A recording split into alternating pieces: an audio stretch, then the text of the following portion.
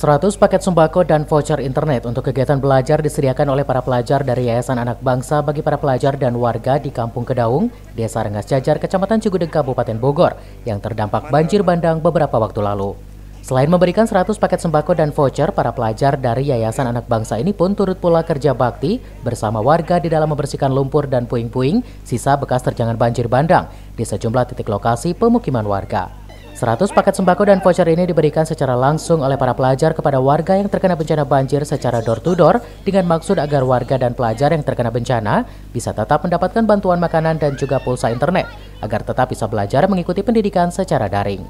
Siswa-siswa kami yang berada di wilayah Kampung Kedaung yang terkena musibah banjir bandang, dan alhamdulillah dukungan dari yayasan kami yaitu Bapak Budiantoro sudah mendistribusikan sebanyak 100 paket.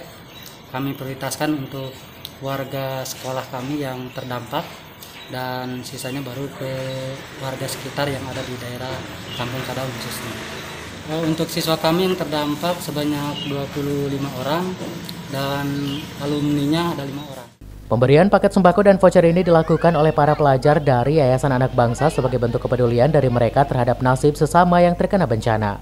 Dari Cigudeg, Kabupaten Bogor, Mande Jajar melaporkan.